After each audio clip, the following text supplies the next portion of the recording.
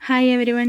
എല്ലാ ബേക്കേഴ്സിനും ഉപകാരപ്പെടുന്ന ഒരു വീഡിയോ ആണ് കേട്ടോ ഇന്നത്തേത്. സ്ക്വയർ കേക്കിൻ്റെ ഷാർപ്പ് എഡ്ജ് എങ്ങനെ ചെയ്യാം, നന്നായിട്ട് എങ്ങനെ കേക്ക് ഫിനിഷ് ചെയ്യാം എന്നൊക്കെയാണ് ഞാനിതിനകത്ത് കാണിക്കുകയും ചെയ്യുന്നത്. എല്ലാവർക്കും ഉപകാരപ്പെടുമെന്ന് വിചാരിക്കുന്നു. ഞാൻ 3 സാധനങ്ങൾ ഉപയോഗിച്ചിട്ടാണ് കേക്ക് ഫിനിഷ് ചെയ്യുന്നത്. ഒരു OP കാർഡ്, പിന്നെ നമ്മുടെ ഫോണിൻ്റെ സ്ക്രീൻ ഗാർഡിനൊപ്പം ഉള്ളൊരു കാർഡ്, ഫ്ലെക്സിബിൾ ആയിട്ടുള്ളൊരു കാർഡാണ്, പിന്നെ നമ്മുടെ പാലറ്റ് നൈഫ്.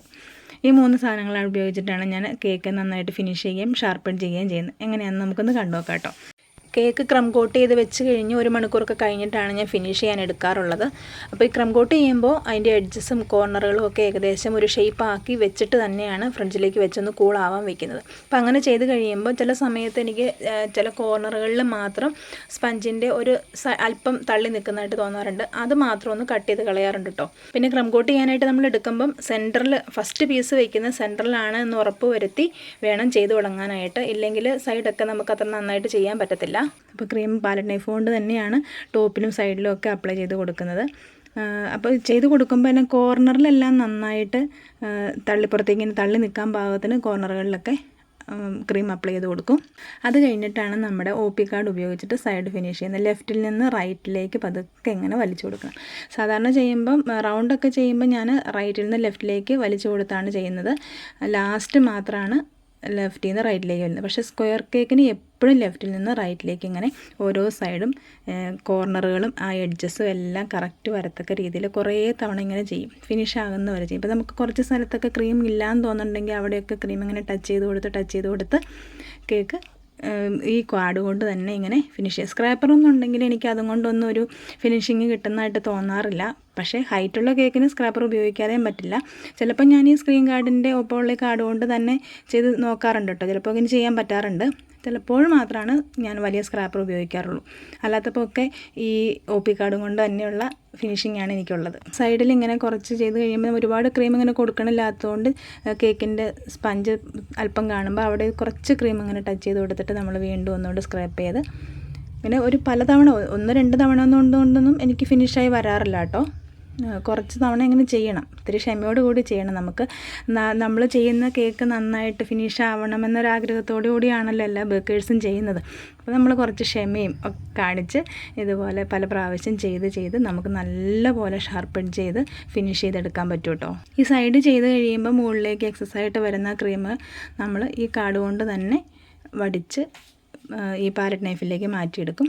അത് സൈഡ് ചെയ്യുമ്പോൾ ടോപ്പിലേക്ക് വരും, അത് ടോപ്പ് ഇങ്ങനെ വടിച്ചെടുക്കും, പിന്നെ വീണ്ടും സൈഡ് ചെയ്യും, അന്നേരം വീണ്ടും ടോപ്പിലേക്ക് വരുന്നെടുക്കും. അപ്പോൾ ടോപ്പും ആ എഡ്ജസും നല്ല ഷാർപ്പായിട്ട് കിട്ടും നമ്മൾ ഫൈനൽ ചെയ്ത് വരുമ്പോഴത്തേക്കും. ഗ്ലൗസ് യൂസ് ചെയ്യാത്തതിൻ്റെ പേരിൽ ആരും എന്നെ പൊങ്കാലിടാൻ വന്നേക്കരുത് കേട്ടോ. കാരണം ഗ്ലൗസ് ഇടാതെ തന്നെ കൈ എപ്പോഴും വാഷ് ചെയ്ത് നല്ല ക്ലീൻ ആയിട്ട് തന്നെയാണ് ചെയ്യുന്നത്. ഗ്ലൗസ് ഇട്ട് ചെയ്ത് കഴിഞ്ഞിട്ടുണ്ടെങ്കിൽ ഇതുപോലെ നന്നായി ഫിനിഷ് ചെയ്യാൻ പറ്റത്തില്ല.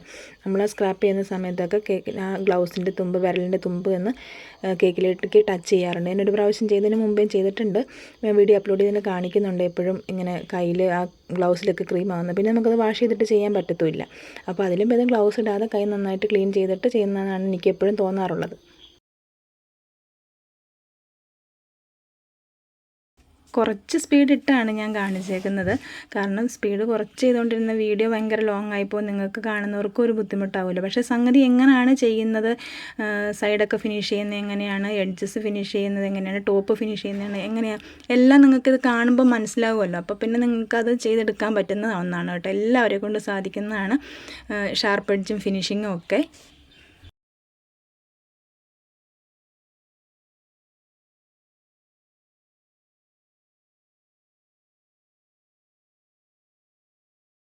പിന്നെ സൈഡിൽ കുറച്ച് കഴിഞ്ഞ് നമ്മൾ കാർഡ് ഇങ്ങനെ വെച്ച് നോക്കുമ്പം ടോപ്പ് സൈഡും താഴെ സൈഡും ഒരേ ലെവലാണോ എന്നറിയാൻ പറ്റും. അങ്ങനെ കാർഡ് ടച്ച് ചെയ്യുമ്പോൾ നമുക്ക് മനസ്സിലാവുമല്ലോ. അപ്പോൾ അങ്ങനെ എല്ലാം തോന്നുമ്പം ഞാനിപ്പോൾ നോക്കിയപ്പോൾ അതിൻ്റെ ടോപ്പ് സൈഡ് ലെഫ്റ്റ് സൈഡിൽ മാത്രം കുറച്ച് ഇങ്ങനെ ഗ്യാപ്പ് വരുന്നുണ്ടായിരുന്നു. അതുകൊണ്ട് അവിടെ ഒരല്പം കൂടി ക്രീം കൊടുത്തിട്ട് ഒന്നുകൂടെ ഫിനിഷ് ചെയ്തെടുക്കുന്നുണ്ട്. ഞാൻ ഈ ഇത് കേക്ക് ഫിനിഷ് ചെയ്യാനായിട്ട് തുടങ്ങിയപ്പം ആ ബൗളിൽ ക്രീം എടുത്തൊരു 392 ഗ്രാം ആയിരുന്നു ബൗളോട് കൂടി ഉണ്ടായിരുന്നത്. ഞാൻ ഒരുപാട് ക്രീമൊന്നും യൂസ് ചെയ്തിട്ടില്ല. ആദ്യം നമ്മൾ അപ്ലൈ ചെയ്ത് കൊടുക്കുമ്പോൾ കുറച്ചങ്ങ് എടുക്കും. പക്ഷേ നമ്മൾ ഈ ഓരോ തവണയും ഇങ്ങനെ ഈ കാർഡ് കൊണ്ട് ഇങ്ങനെ വടിച്ചെടുക്കുമ്പോൾ കുറേ ക്രീമിങ്ങ് പോരും. ഞാൻ ഓരോ സ്ക്വയർ കേക്കിൻ്റെ വീഡിയോ അപ്ലോഡ് ചെയ്യുമ്പോഴും പലരും വന്ന് ഒന്നില്ലെങ്കിൽ ആ വീഡിയോയുടെ താഴെ കമൻറ്റ് ചെയ്യാറുണ്ട്, അല്ലെങ്കിൽ പേഴ്സണൽ മെസ്സേജ് ആയിട്ട് ഫേസ്ബുക്കിലും ഇൻസ്റ്റാഗ്രാമിലും ഒക്കെ ഇടാറുണ്ടായിരുന്നു. എനിക്ക് എങ്ങനെയാണ് സ്ക്വയർ കേക്ക് ഫിനിഷ് ചെയ്യുന്നത്, ഇതിൻ്റെ എത്ര പെർഫെക്റ്റ് ആയിട്ടാണ് ഫിനിഷ് ചെയ്യുന്നത്, അതിൻ്റെ വീഡിയോ ഒന്ന് ചെയ്യാമോ, എന്തെങ്കിലും സ്പെഷ്യൽ ടൂൾസ് ഉപയോഗിച്ചിട്ടാണോ ചെയ്യുന്നതെന്നൊക്കെ. അപ്പോൾ ശരിക്കും പറഞ്ഞത് നിങ്ങൾ ആവശ്യപ്പെട്ട ഒരു വീഡിയോ ആണ് കേട്ടോ ഞാനിന്ന് ചെയ്തേക്കുന്നത്. അല്പം ക്രംസ് പിന്നെയും പുറത്ത് വന്ന് തോന്നിയതാണ് വീണ്ടും കുറച്ചുകൂടി ക്രീം അങ്ങോട്ട് കൊടുത്തിട്ട് സ്ക്രാപ്പ് ചെയ്തെടുക്കുന്നത്. കുറച്ചധികം ക്രീമൊക്കെ കൊടുത്ത് ചെയ്യുവാണെങ്കിൽ ഇതുപോലെ ക്രംസ് ഒന്നും വരത്തില്ല. പക്ഷേ ഞാൻ ഏറ്റവും കുറച്ച് ക്രീം ഉപയോഗിച്ച് എങ്ങനെ ചെയ്യാവോ അങ്ങനെയാണ് ഞാൻ ചെയ്യാറുള്ളത്. ഈ കേക്ക് ഫിനിഷ് ചെയ്യാനായിട്ട് 80 ഗ്രാം അതിനടുത്ത് ക്രീമാണ് ആകെ യൂസ് ചെയ്തിട്ടുള്ളൂ. കേക്ക് ഫിനിഷ് ചെയ്യുന്നതിന് ഞാൻ സ്റ്റാർട്ടിങ്ങിൽ നോക്കിയപ്പോൾ 392 ഞാൻ പറഞ്ഞു. ലാസ്റ്റ് ഇതിൻ്റെ വെയിറ്റ് നോക്കി കഴിഞ്ഞപ്പോൾ 308 അപ്പോൾ 84 ഗ്രാം ക്രീമാണ് ഞാൻ ഈ കേക്ക് ഫിനിഷ് ചെയ്യാനായിട്ട് യൂസ് ചെയ്തിട്ടുള്ളത്.